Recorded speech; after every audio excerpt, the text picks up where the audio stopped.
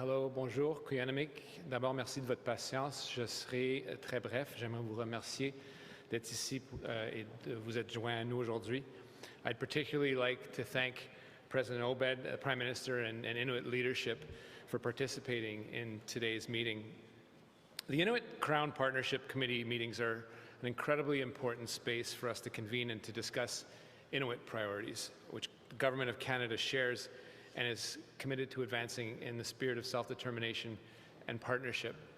One of these clear and important priorities over the last few years has been the development of the Inuit Nunangat policy. It's a transformative agreement that includes over 30 departments and agencies of the Government of Canada and that recognizes a whole-of-government approach to work with Inuits' rights holders in Inuit Nunangat to provide a much-needed framework for moving forward on Inuit priorities, including economic development and the implementation of land claims. I'm grateful to work with the Inuit Tapiriit Kanatami and President Obed in particular, and really look forward to continuing that work. I will leave it there right now, and on that note, hand it over to the Prime Minister. Merci.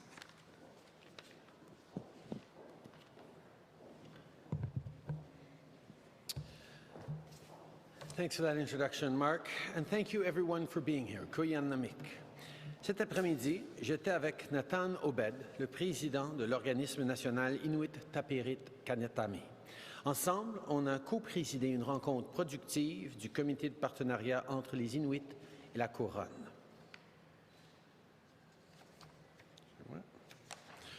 At the meeting, all members of the committee endorsed the new Inuit Nunangat policy. This policy recognizes the Inuit homeland, Inuit Nunangat, as a distinct geographical, cultural and political region. Aujourd'hui, le comité de partenariat entre les Inuits et la Couronne a approuvé la nouvelle politique sur l'Inuit Nunangat. L'Inuit Nunangat s'étend du Yukon et des territoires du Nord-Ouest à l'Ouest jusqu'au Labrador à l'Est et englobe la terre, l'eau et la glace. Cette entente est la première de son genre. This historic policy will make sure Inuit priorities are incorporated into federal initiatives that impact Inuit and Inuit Nunangat. For example, when the federal government is looking to make investments in marine infrastructure in the Arctic, or the Department of Fisheries and Oceans is working to set regional boundaries, we will work with Inuit partners across Inuit Nunangat. This policy is about supporting Inuit-led solutions to distinctly Inuit challenges, promoting prosperity and equity, and recognizing Inuit self-determination. As we work to combat issues across Inuit Nunangat, such as food security or connectivity, the INP will be a blueprint for working in partnership with the Inuit. To support implementation of this transformative whole-of-government policy, the federal government has committed $25 million over 5 years. This is long overdue, but today marks an important step in our journey towards reconciliation. I want to give a special thank you to Natan and to the collected Inuit leadership for your extraordinary dedication in making this policy a reality. All of government will have a role to play in bringing this policy to life and ensuring its meaningful implementation. By doing so, it'll benefit all those in the Inuit homeland and make all of Canada stronger. Notre gouvernement va continuer de travailler de près avec ses partenaires inuits pour mettre en œuvre cette politique et faire avancer nos priorités communes comme lutter contre les changements climatiques, protéger l'Arctique et investir dans le logement. Merci. Thank you. Nakomik. I'll now turn it over to President Obed.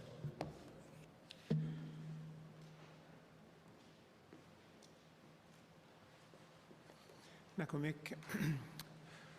Thank you to the Prime Minister, and also thank you, Minister Miller, who have been instrumental in ensuring that we get to today, which is the announcement of the Inuit Nunangat policy.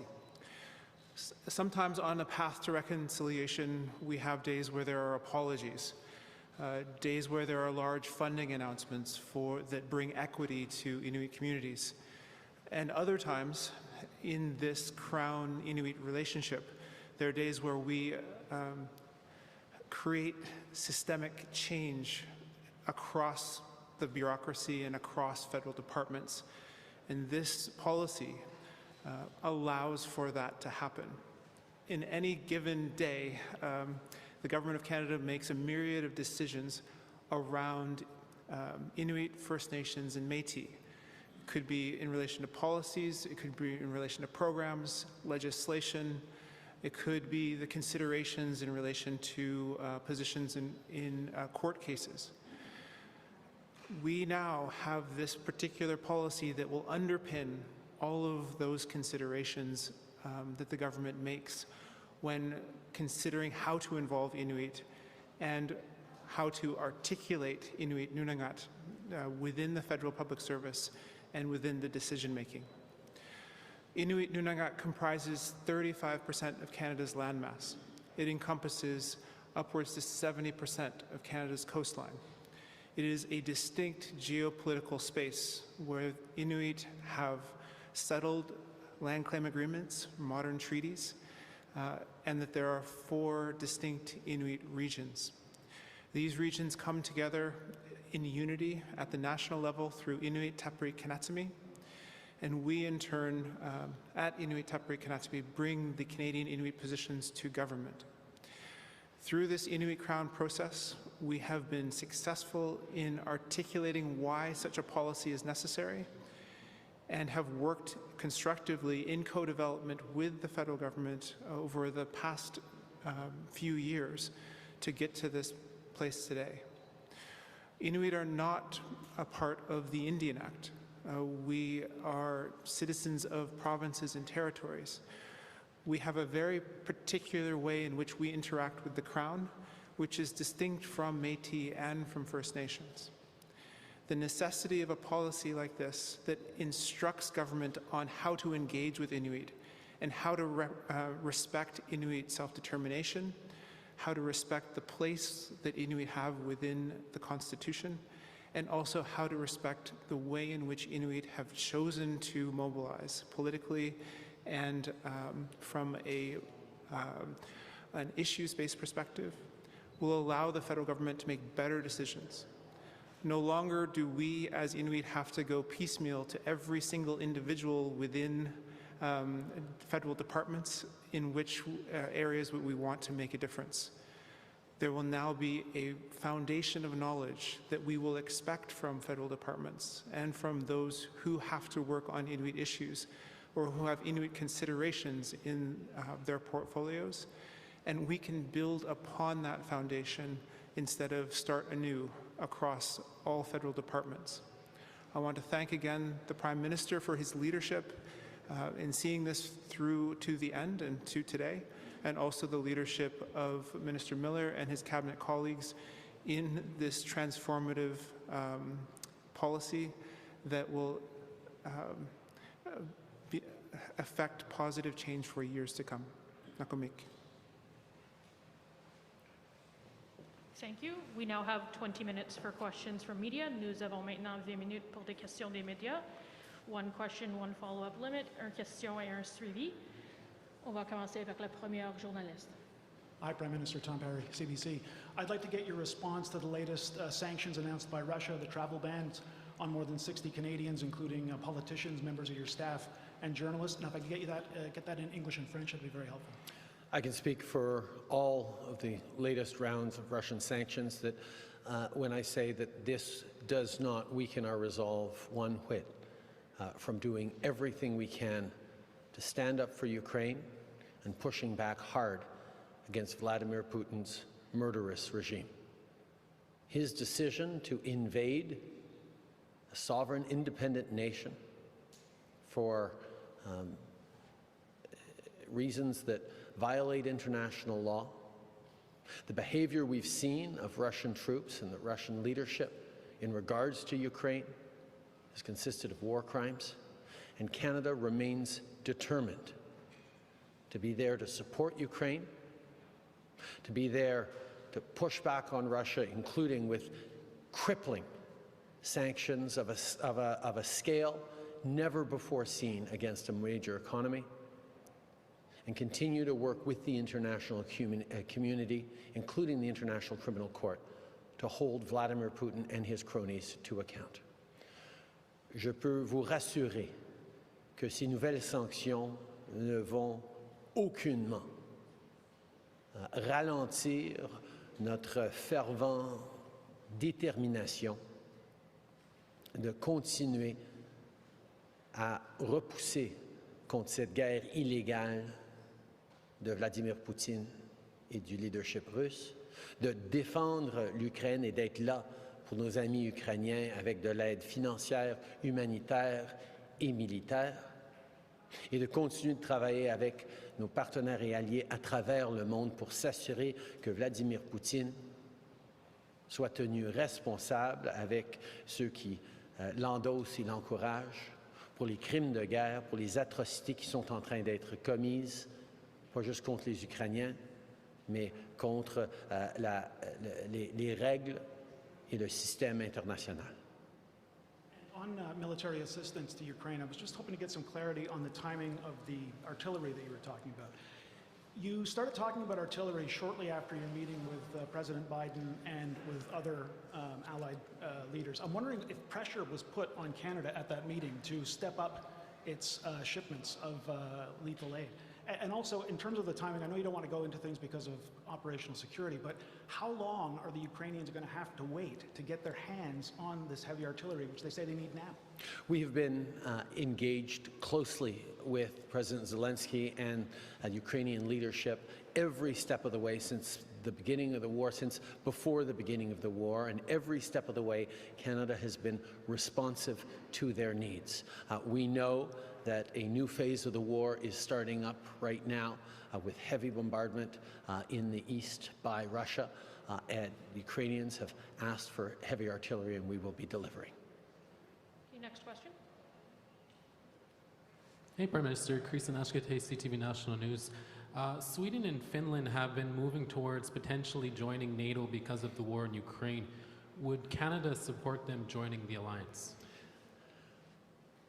One of the stated goals that Vladimir Putin had in justifying this illegal criminal invasion of Ukraine was that he wanted to push back NATO. He wanted to ensure that NATO stops expanding and impacting on Russia, which, of course, is a wrong-headed justification because NATO is a defensive alliance and we pose no threat to Russia. But his actions in invading Ukraine have actually had the direct opposite effect, and conversations are being had around Sweden and Finland looking to join NATO. And Canada, of course, is very supportive of that. And sports organizations like Wimbledon is banning Russian and Belarusian athletes. Should the NHL and other organizations ban these athletes as well? And will you ban visas for Russian athletes here? We have to recognize that Vladimir Putin and his cronies, the Kremlin and those who support the Kremlin, are responsible for war crimes, for a destabilization of the international rules-based order, are directly responsible not just for atrocities committed in Ukraine, but for a spike in energy prices around the world that is going to hurt families here in Canada and even more in the global south. Vladimir Putin is responsible for a food crisis that is going to lead to higher prices for everyone and shortages and even famine for some. Vladimir Putin and his regime needs to be held to account for this. This is why we've moved forward with some of the strongest sanctions ever been applied towards a major economy. And we are also looking to remove Russia from multilateral organizations and from benefiting from international cooperation and, yes, even competition. Russia and Russians need to know that they cannot violate the stability and peace that has characterized so many years of growth, of opportunity for so many, and go without consequences. That's why the world is talking about all the different ways in which we can push back unequivocally against Russia. Next question, please. Hi, Prime Minister. Amanda Connolly with Global News. You said this week that you plan to crack down on foreign buyers who are using Canadian real estate as an asset. Bank of Canada data, though, says investors, what they defined as mainly domestic buyers, are the ones who outpaced first-time home buyers buying up property during the pandemic, while StatsCan warned last week multiple property buyers are constraining already tight housing supplies in Canadian cities. Are you open to imposing a higher tax on secondary or subsequent properties in order to discourage domestic investors from eating up supply that would normally be available to first-time home buyers? Housing should be available to families looking to build a home, looking to build a future, looking to start that path to creating greater equity that will help them financially throughout their life and into retirement.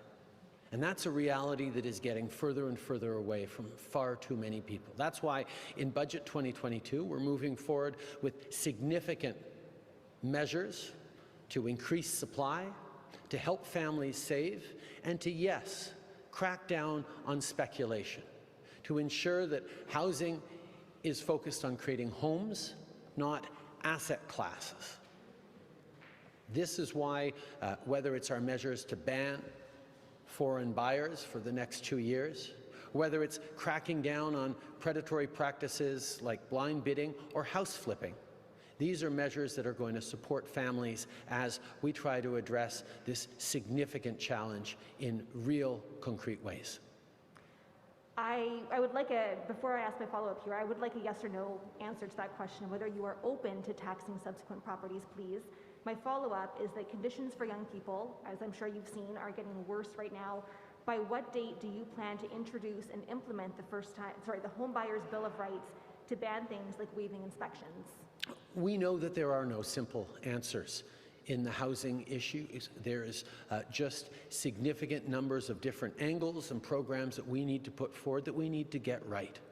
As we see inflation rise, as we see people looking at the increased value of their own homes, we need to at the same time make sure that young families, that first-time home buyers have access to the housing market. That's why addressing supply is so unbelievably important.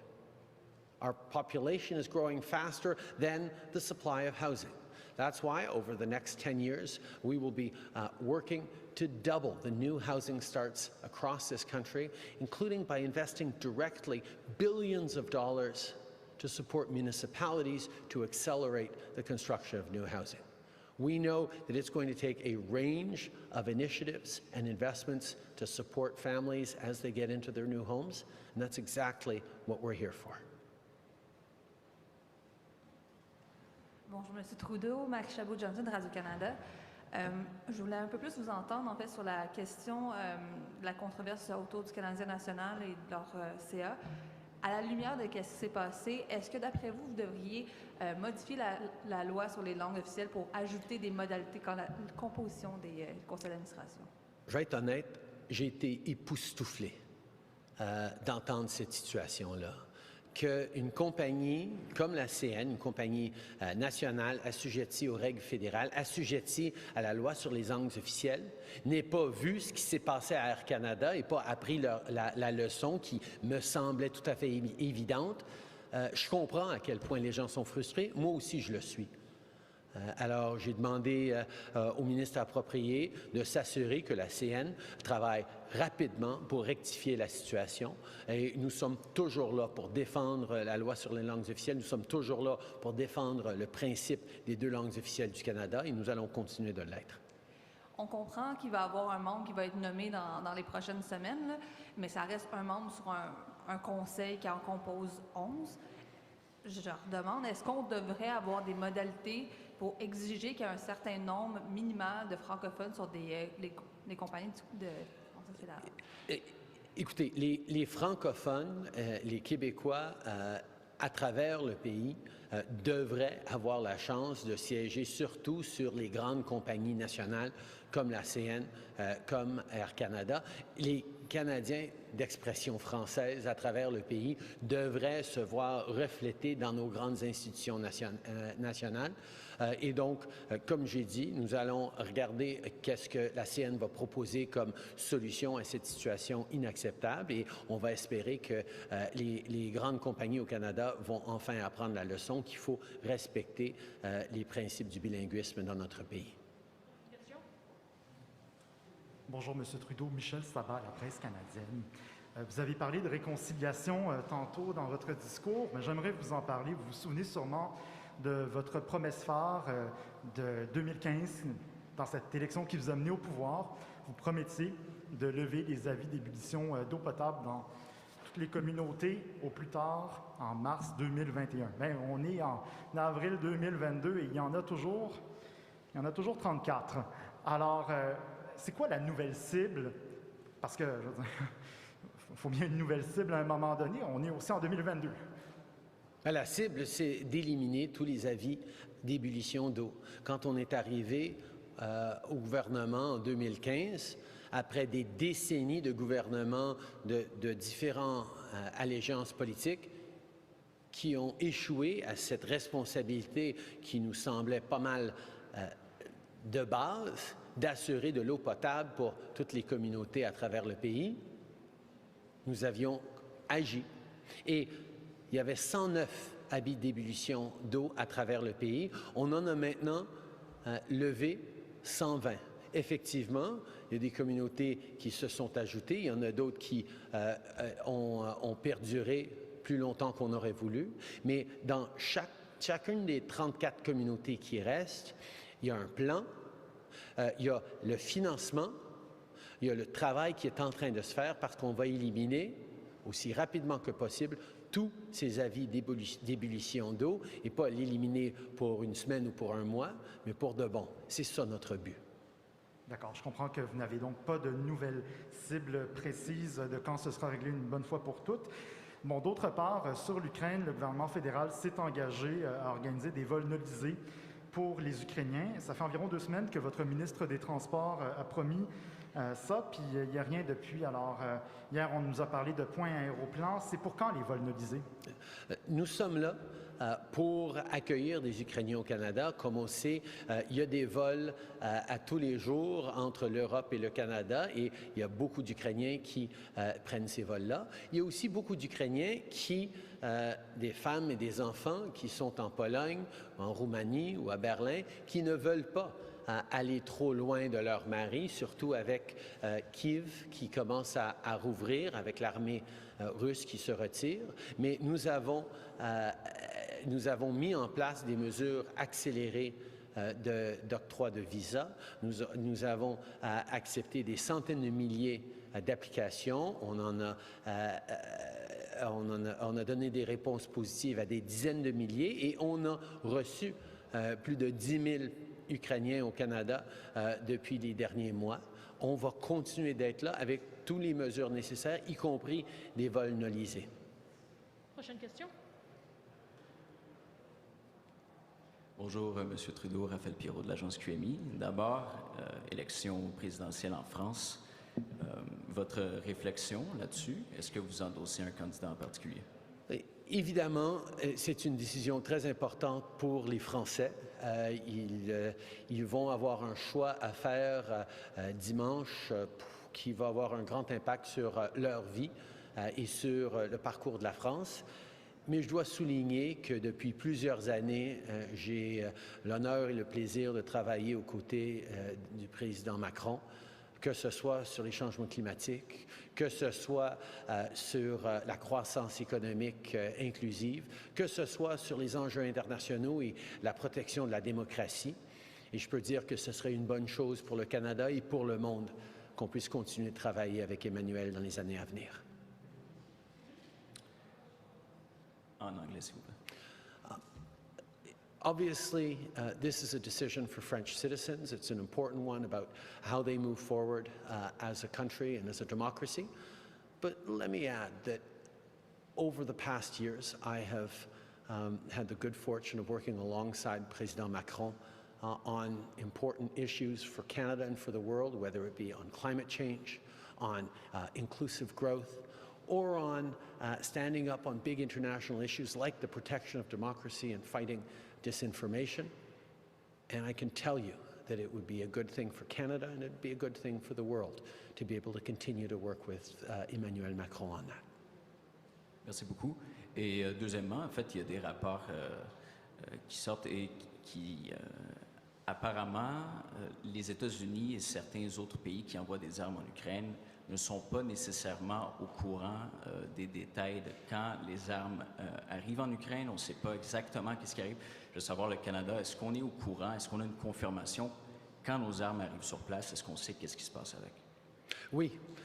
Chaque fois qu'on a envoyé des armes, de l'équipement, on est capable de savoir exactement quand ils arrivent et quand ils sont en train d'être utilisés par les Ukrainiens. Évidemment, c'est une zone de conflit, mais on sait que l'aide qu'on a envoyée, incluant l'aide militaire, les armements, est arrivée et est en train d'être utilisée. Hi, Prime Minister. Stephanie Taylor with the Canadian Press. A senior military officer, Lieutenant General Trevor Cadu, who's been investigated for alleged sexual misconduct, has retired and traveled to Ukraine. Were you informed of this, and what do you make of his actions? Obviously, I'm not going to speak about any individual case that is currently under investigation, but as you well know, Canada takes very seriously any allegations of misconduct, and we will continue to be there to ensure that women and men who serve in our Canadian Armed Forces are properly supported, respected, and given the kind of environment that is worthy of their choice to serve our country. On a different topic, you spoke about sanctions earlier, but a senator has proposed a bill that would give Canada's sanctions more teeth, allowing governments to seize frozen assets and donate them to humanitarian groups or foreign government. In this case, that would allow Canada to seize the riches of oligarchs and give it to Ukraine. Do you support this bill? There are reflections always on how we can go even further in our sanctions. As you've seen, we continue to step up our lists of sanctions. The most important thing around sanctions, however, is to be coordinated with all of our allies. And that's the unity that we've seen across Europe and around the world that is most devastating to the Kremlin and to Putin himself. The fact that we have closed loopholes, the fact that there is a firmness and a strength of unity anytime Putin looks at NATO, at Europe, or at democracies around the world, even at the UN, where 141 countries stood up to condemn Vladimir Putin's actions in invading Ukraine. These are things that have a real impact, and we will continue to look for more ways to continue to punish Putin and his regime for their illegal, unconscionable war in Ukraine. We'll take the last question. Hi, Prime Minister Trudeau. I'm Marc with Nunangat News. I have a question for you and Mr. Obed. I'd like to know how the success of the new Inuit Nunangat policy will be measured over the next 5 years as it's being implemented. It's an excellent question, and thank you. The reality is, over the past years, we have moved forward in a historic partnership, the federal government working directly with Inuit leadership on a range of issues that impact upon Inuit Nunangat, whether it's on housing, whether it's on infrastructure, whether it's on health outcomes, whether it's on education. The kinds of partnerships we've been able to build have been significant. At the same time, however, we know that it's not just about the great relationship that this government has with Inuit leadership. It's about building a system that is going to transform that relationship for the long term. As Natan said quite beautifully, there are some days where the government stands up and talks about reconciliation through an apology. There are some days when the government stands up and talks about reconciliation through significant investments of massive funds to close equity gaps. Today, this announcement is about transforming the systemic inequities that happen within government, where decisions get taken about the North without including the Inuit in those decisions. This represents a change so that it's not just the Ministries of Crown Indigenous Relations or Northern Affairs or Indigenous Services that engage with Inuit leadership. It will be every single department across the government that when it wants to build a wharf in the North, put in a new airport, move forward on a new mental health policy, look to support something around fisheries, will do so in partnership, in consultation with the Inuit. That is the change that is going to unlock so much, not just for the coming years, but for the coming decades. And with that, I'm very happy to turn it over to Natan. Marc, for the question. The ability to monitor progress often comes through specific financial resources in federal budgets, or the articulation of announcements for particular areas such as housing or tuberculosis elimination, or education or post-secondary education that are one-offs. What we are hoping in the next 5 years is to see the way in which the Government of Canada articulates opportunities for Indigenous peoples to be colored by or influenced by the foundation of the Inuit Nunangat policy, so that when there are new opportunities, when there are terms and conditions of funds that flow to Treasury Board and back to particular departments, that Inuit considerations are thought of as a part of the process rather than exceptional in the process.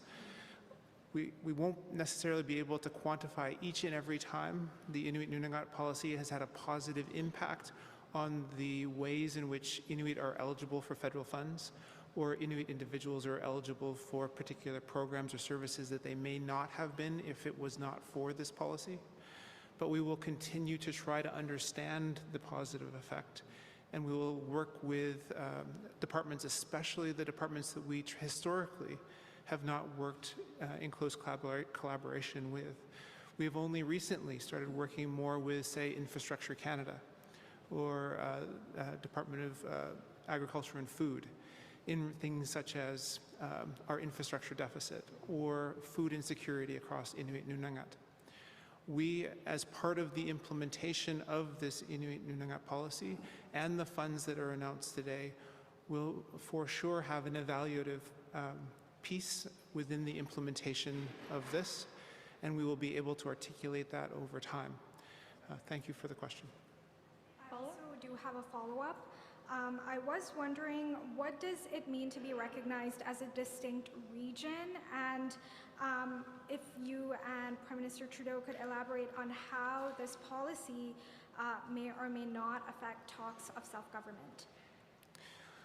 Well, Inuit Nunangat is a concept, and one that is being more widely used by Canadians, not just by Inuit. We have described this as our homeland, and since we have mobilized since the 1970s to today, we have signed modern treaties with the Government of Canada, and we have imagined our homeland now in a very different geopolitical way than we may have in the 1970s, when it was just understood to be our land.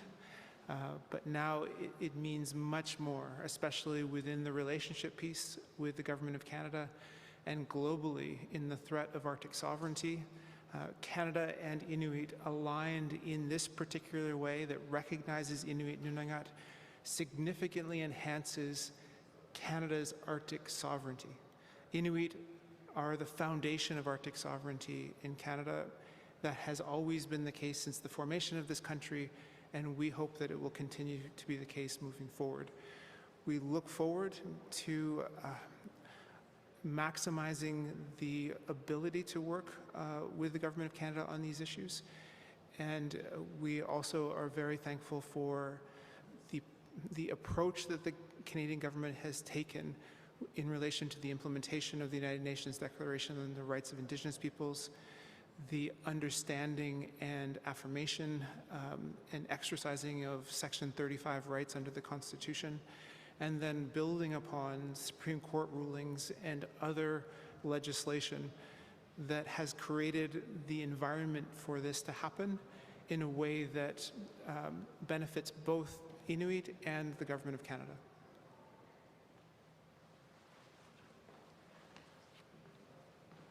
Just to pick up on that theme of sovereignty,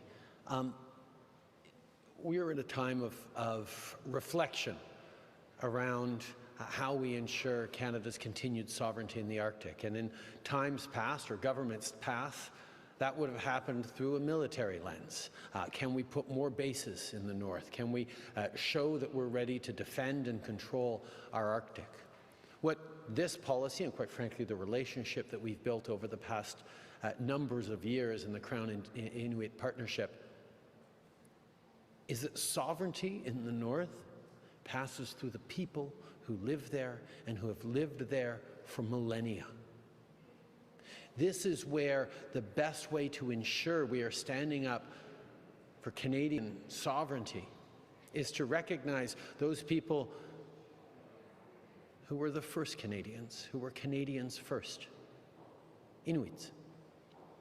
And recognizing Inuit Nunangat and understanding that, yes, even as we move forward on NORAD modernization and investments in defense in the north, which we are, it needs to be done not just in consultation and partnership with Inuit, but with a mind to say, okay, if we're building a new airstrip here, is that going to fit with Inuit priorities and economic development? How can we make investments that strengthen and value the people who have always defended that land, who've always lived on that land? That's the approach that we're highlighting today with the Inuit Nunangat policy. This idea that the best way to move forward is in partnership and understanding of the shared goals we have for prosperity for the people living in the north, security, stability, and opportunity. All the while highlighting and strengthening culture, language, identity, and those things that build resilient futures, resilient communities. That's what this announcement is, and quite frankly, it's as good an example of the kind of path towards reconciliation we need to walk, not just in the north, but everywhere across the country. And I really want to highlight just how extraordinary and visionary the Inuit leadership has been over these past years as we're trying to figure out and develop better reconciliation and a better future for all Canadians, including the Inuit. Merci beaucoup tout le monde. Merci. Ceci met fin à la conférence de presse. That concludes today's press conference.